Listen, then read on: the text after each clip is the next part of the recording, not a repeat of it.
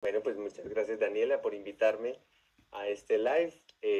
Es un reto muy grande hablar sobre la paciencia, porque nadie nos educa en el tema, nadie nos forma en el tema, y muchas veces nosotros, los médicos, hablamos de pacientes, ¿cierto? Ajá. Que siga el siguiente paciente, llámame al paciente, ¿está listo el paciente para la cirugía? Y la palabra paciente es es muy pasivo, ¿sabes? Es como si yo estuviera decidiendo por otra persona que no tiene la capacidad de tomar decisiones o de hablar. Es como si perdiera la voz y el voto, ¿sí? A mí, en lo personal, y te lo digo como médico, no me gusta la palabra paciente, ¿sí? Porque es como el que espera, como el que está ahí Ujú. resignado. Claro. Entonces, digamos, a mí me gusta llamarlos por su nombre Ok. y llamarlos, digamos, con el don, doña, por su profesión, o simplemente, pues, denominarlos personas mayores, en mi caso. Pero hablar de la paciencia cuando cuidamos a la invitación que me haces tú hoy es un reto personal y es un reto como sociedad. Claro. ¿Mm? Sí, es que no, no es fácil. No, para nada. De hecho, venimos con muchos estereotipos alrededor del envejecimiento y la vejez, ¿no? A ti no te han dicho, por ejemplo, que uno cuando va envejeciendo se vuelve tacaño, amargado, impaciente, ¿cierto? Y nos han vendido ese tema de una manera tan sutil que no lo creemos y entonces decimos, ah, es que es así por lo que ya es mayorcita, Ujú. ¿sí? Es que Daniela se va volviendo así por lo que ya es mayorcita, entonces téngale paciencia, ¿sí? Y uno dice, ¿qué es tener paciencia?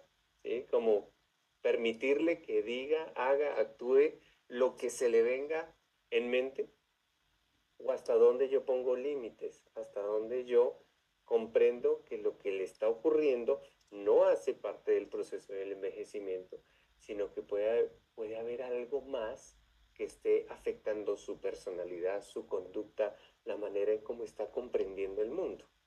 Entonces, algo que tú tocas de una manera muy linda en tus redes sociales es precisamente cómo acompañamos, ¿m? Cómo sentimos lo que al otro le está ocurriendo. Y a veces es muy fácil cuidar sobrinos, pero no cuidar los propios hijos. O cuidar los papás de otro, pero no los papás de uno, ¿sí? Exactamente. Total. Y tal vez tenemos muchos huequitos que tenemos que subsanar en nuestra formación social, y es cómo comprender el envejecimiento de nuestros padres, pero también cómo comprender una enfermedad. A Claro. mí, en lo personal, Danielita, hay una frase que me ha llegado mucho al corazón. Es de Carl Jung, que dice, la enfermedad es el esfuerzo que hace la naturaleza por curar al hombre. Es una frase muy profunda porque, claro, cuando tú estás con gripe, cuando estás con dolor de huesos, ¿sí?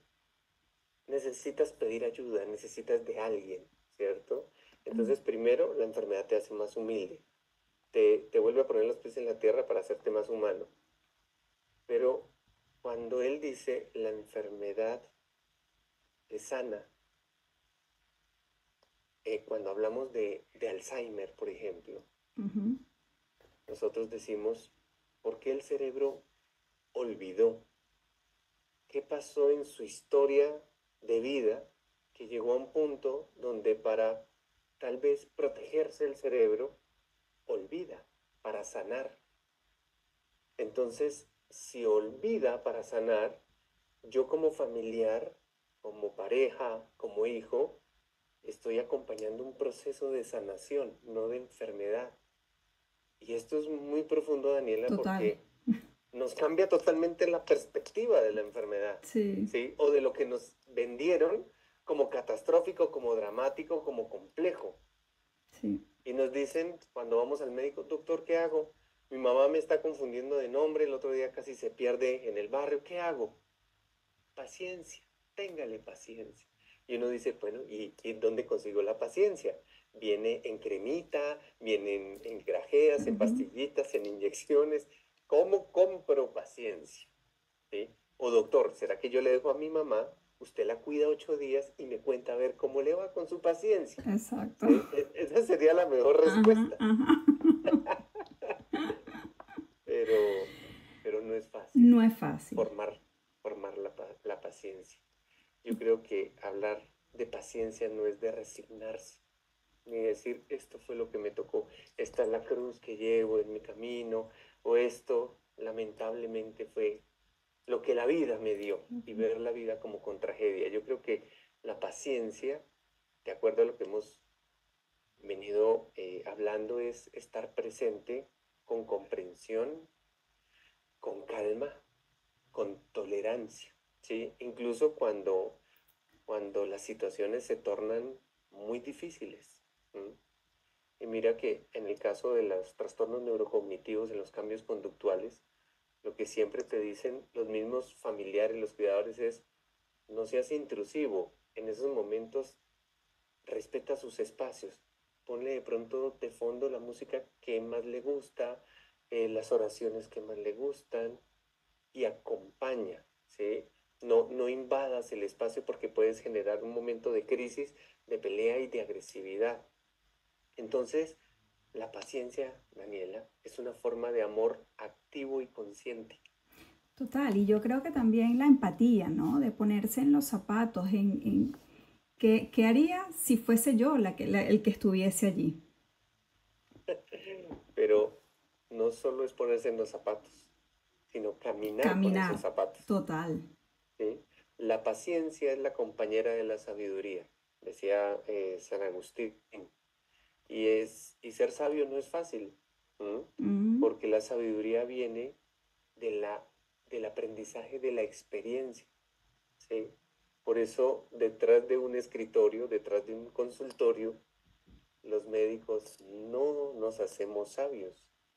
Es entrando a las casas, compartiendo con las personas que cuidan, ujú. escuchando esas situaciones difíciles y generando estrategias conjuntas donde aprendo de esas situaciones para darle las herramientas a otra familia o a otra persona que te busca tocando la puerta, ¿sí? Ujú. Angustiada, no sé qué hacer, esto se me está saliendo de las manos y yo no puedo responderle, ah, paciencia. Paciencia.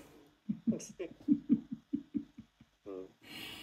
Es complicado cuando, claro, uno puede dar consejos y uno puede decir, pero igual tampoco todo funciona igual para todos.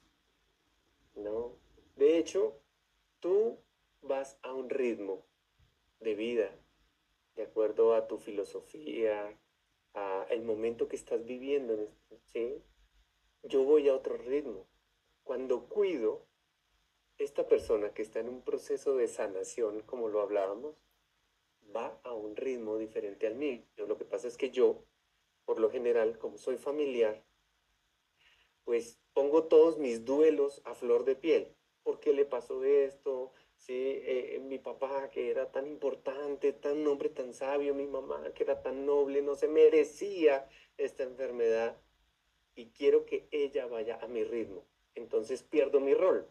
Ya no soy hijo, entonces soy terapeuta. A ver, mamá, ¿qué fecha soy? A ver, mamá, ¿cómo se llaman los nietos? A ver, mamá, sí, dime rápido los nombres de todos tus hermanos. Y mi rol no es ser terapeuta, ¿sí?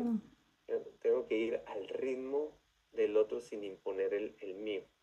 Y escuchar sin juzgar.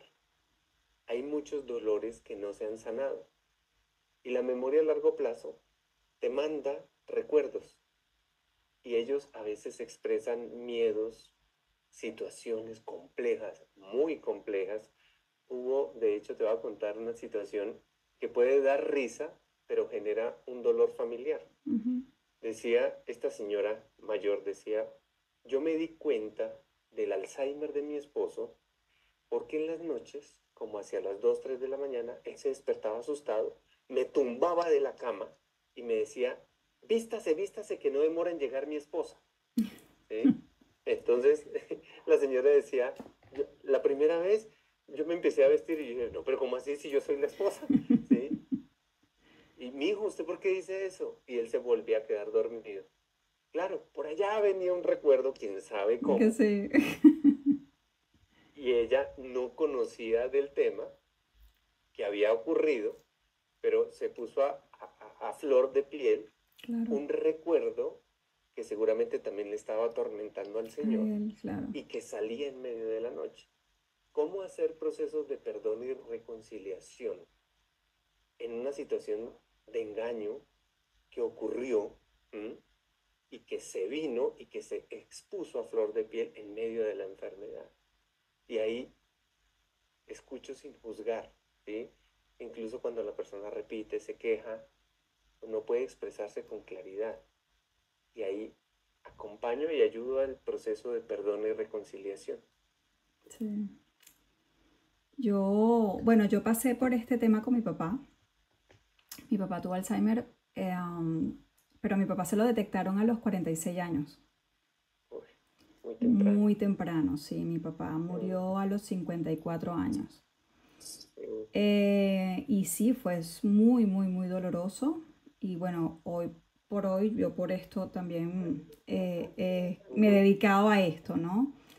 mm, Y estoy tan sensible con el tema. Y bueno, tengo la fundación ahorita que queremos ayudar a los familiares de las personas con demencia a poder canalizar un poco este dolor, este proceso desde el ujú, punto de vista psicológico, desde el punto de vista espiritual, también ese acompañamiento, ¿no? Y dándole herramientas prácticas para poder llevar el día a día. Aunque como digo, no todo funciona para todos igual. Y bueno, sí, es muy complejo. Ellos tienen que sanar, pero después uno se monta en la rueda, ¿no? Y está el día a día, pero después te queda un agotamiento físico, psicológico, mental, y que hay que tratarlo, que si no lo tratas al momento y no lo tratas, te consume, te consume. sí. Hay que hablarlo. Y si y no eres bueno para hablarlo porque te derrumbas, por ejemplo, yo soy muy llorón, ¿no? Ajá, Entonces empiezo a hablar de algo que me toca el corazón y se me quiebra la voz y empiezo a llorar y no puedo hablar. Entonces, si no lo puedes hablar, escríbelo. ¿M? sí, sí. Pero háblalo. En un encuentro con familiares, con que alguno de sus papá, mamá tenían Alzheimer, les decíamos, bueno, aquí estamos en confianza. Levanten la mano los que se han sentido cansados, todos. Ujú. Levanten la mano los que se han sentido enojados, todos. Ansiosos, todos. ¿Y ustedes han hablado de esas emociones con sus otros familiares? No, nos da pena, no queremos que nos vean eh, que estamos cansados porque nos pueden juzgar, porque nosotros tomamos la decisión de cuidar. Entonces, claro, nosotros somos como una esponjita que se va llenando, se va llenando, se va llenando.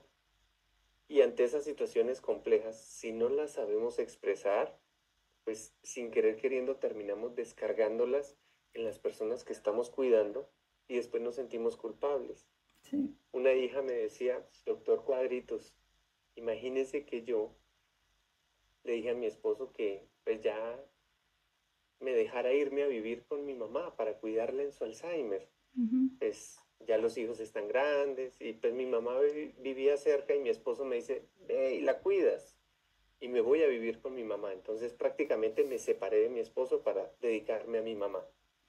Y mm, renuncié al trabajo porque mi esposo dijo, no, con lo que yo tengo y demás nos organizamos. Entonces dejé mi proyecto de vida para dedicarme a mi mamá porque el resto de mis hermanos muy desentendidos, mis otros hermanos como que, Ujú.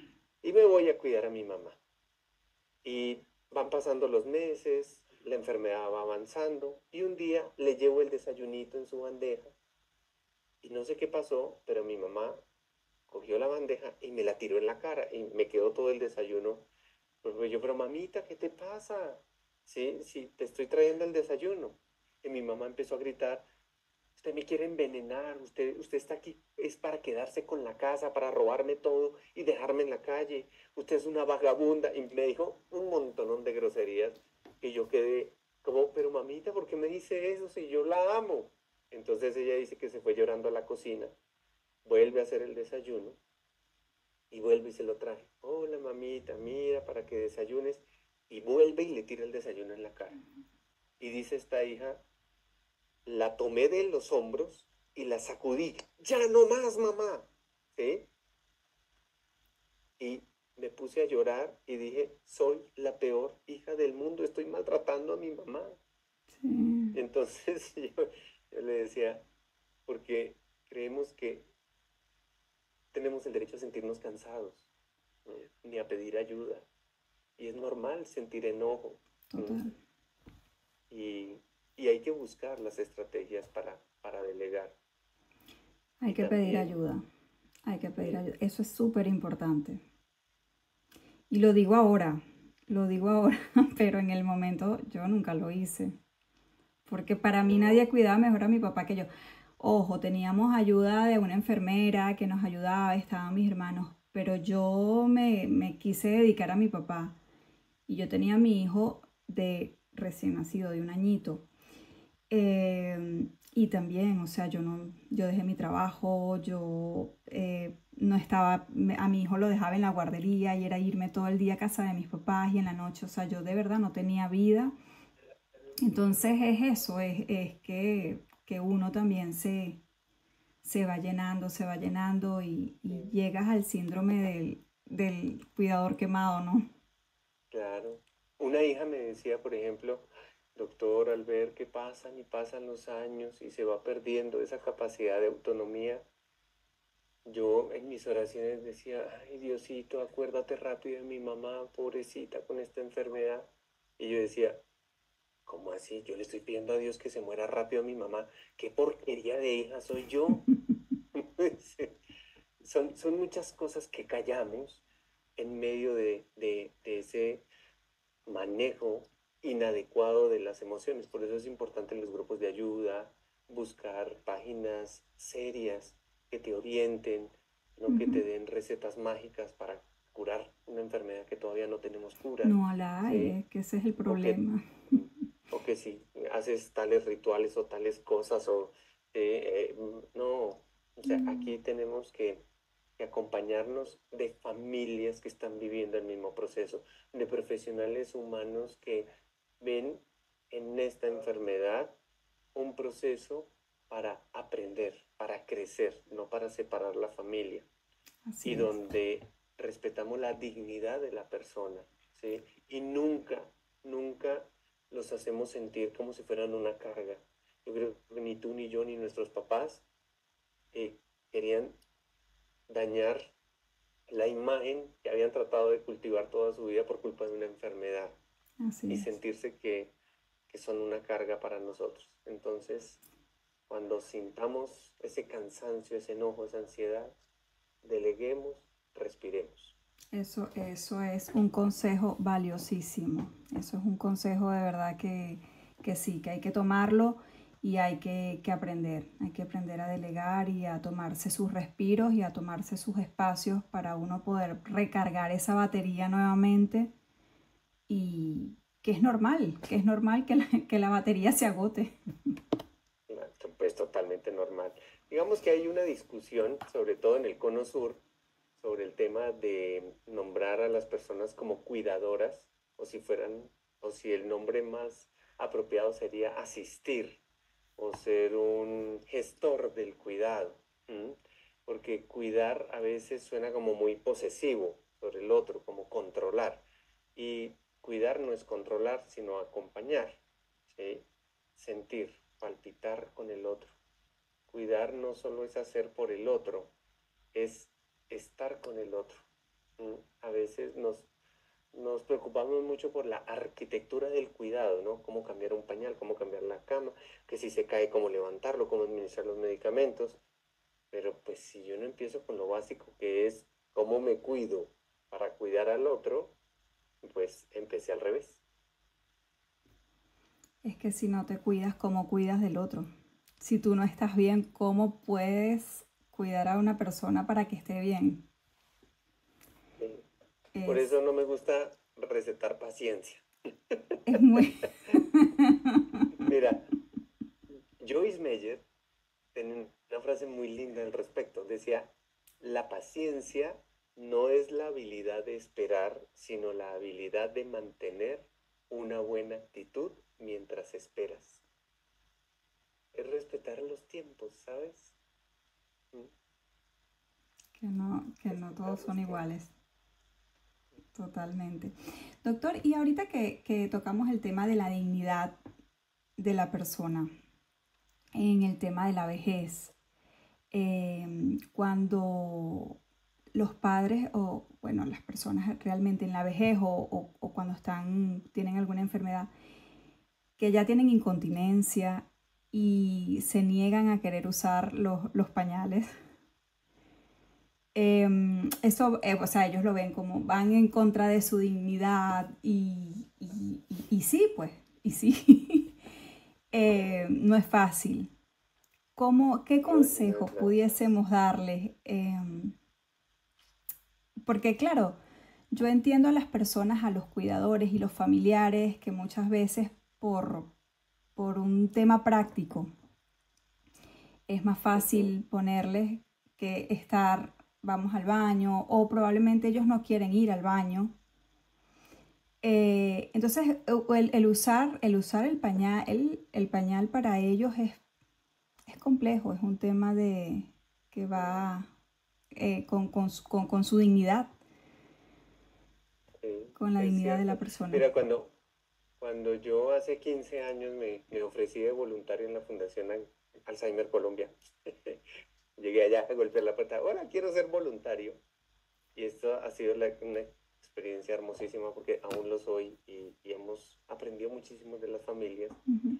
Llegaban las familias pues angustiadas, no, es que mi mamá está olvidando las cosas y le preguntaban siempre en la fundación, ¿en qué etapa está?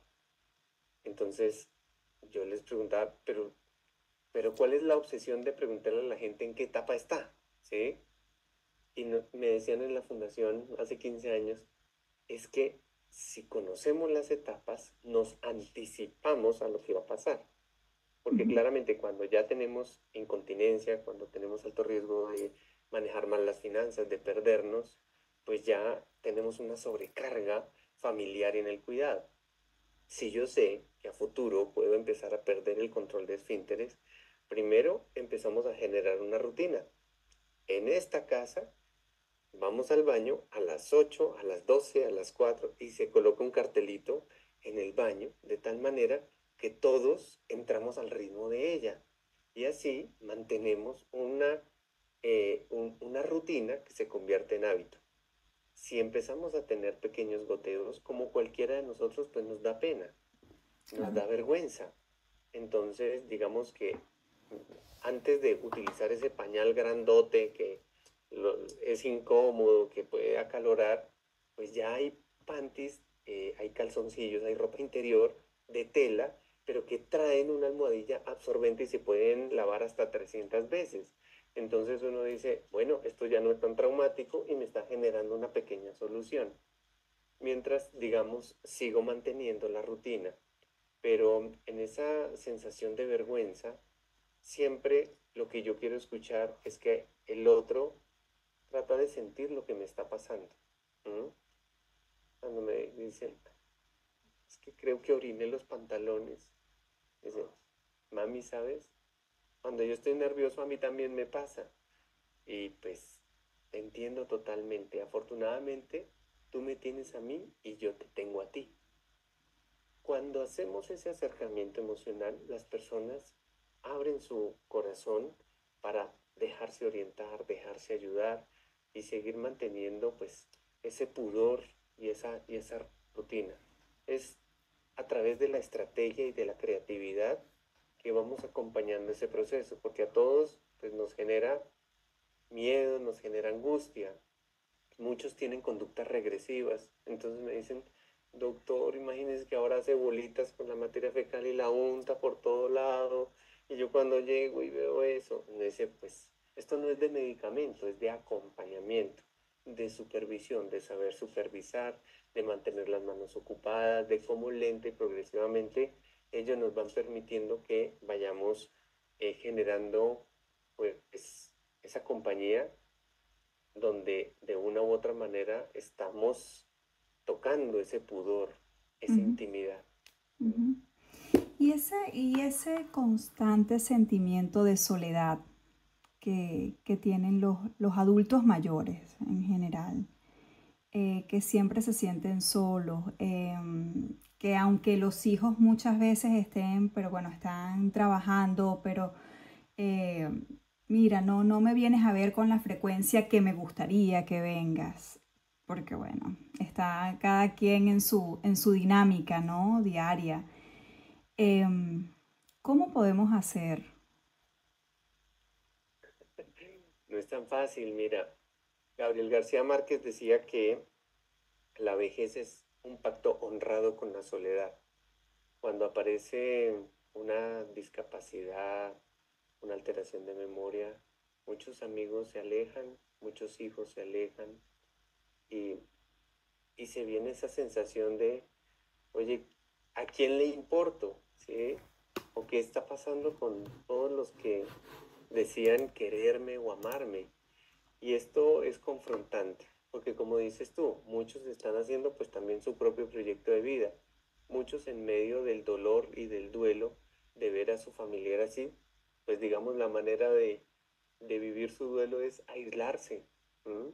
Y lloran en soledad a lo lejos y no quieren volver a ver a su papá o a su mamá en un estado de avance de la enfermedad. Entonces digamos que en, en la comprensión de la soledad es algo muy personal, pero que debemos abordar desde ya, no cuando aparece una enfermedad.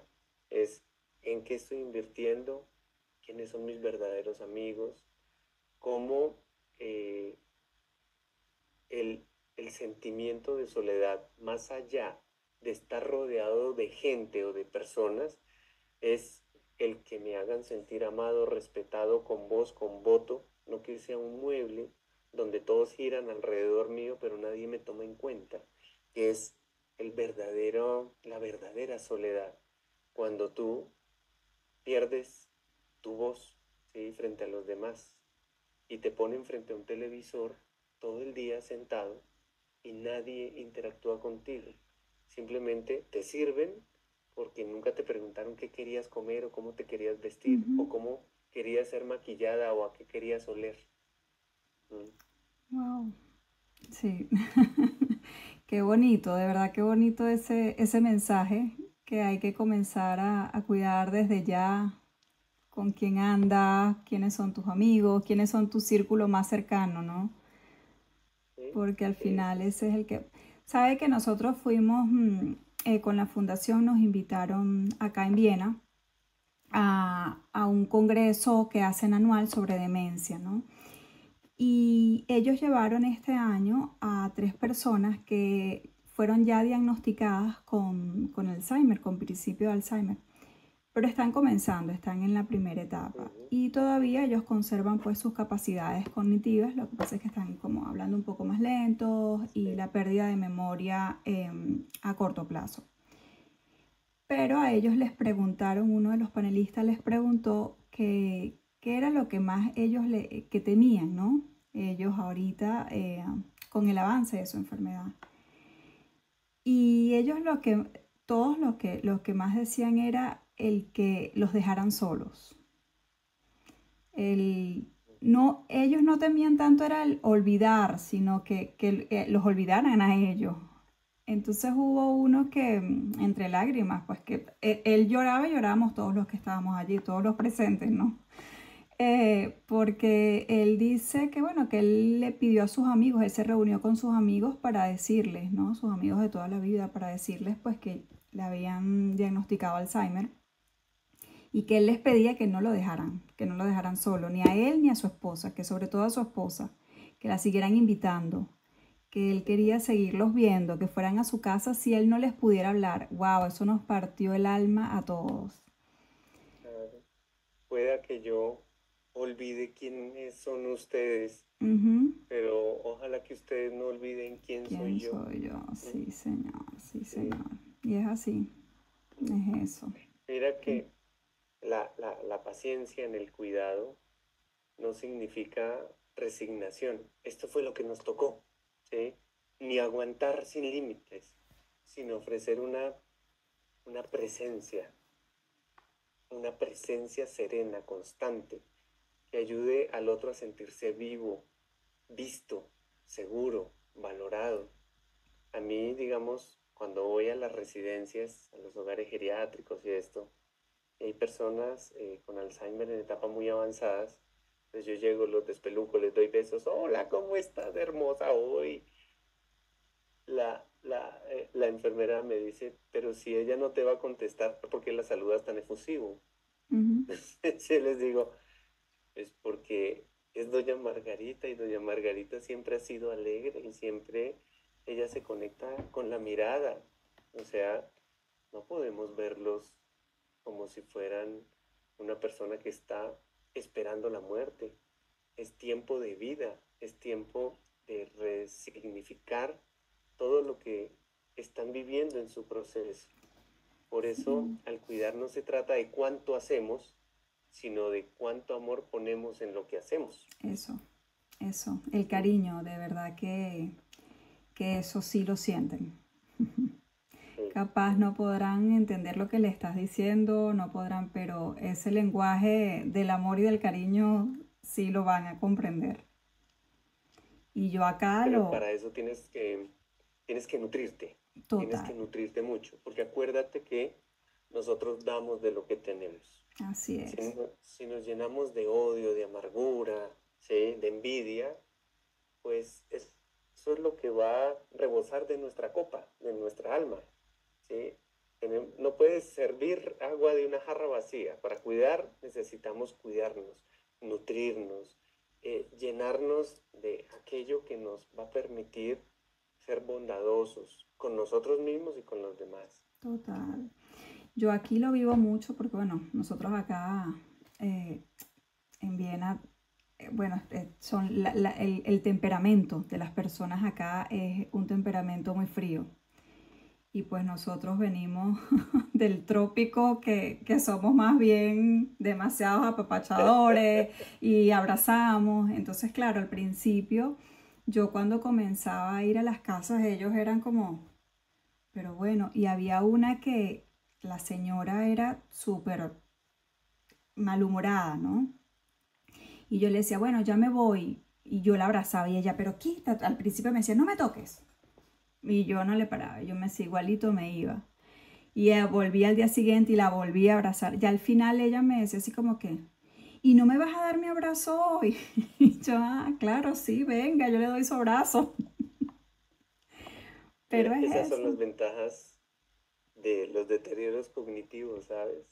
Y muchos hijos me dicen, oye, mi mamá no era mucho de besos y abrazos y ahora hace como el reclamo de qué pasó con mi besito. ¿Mm? Sí, sí, sí, sí, Sí, sí, sí, les sí. hace falta.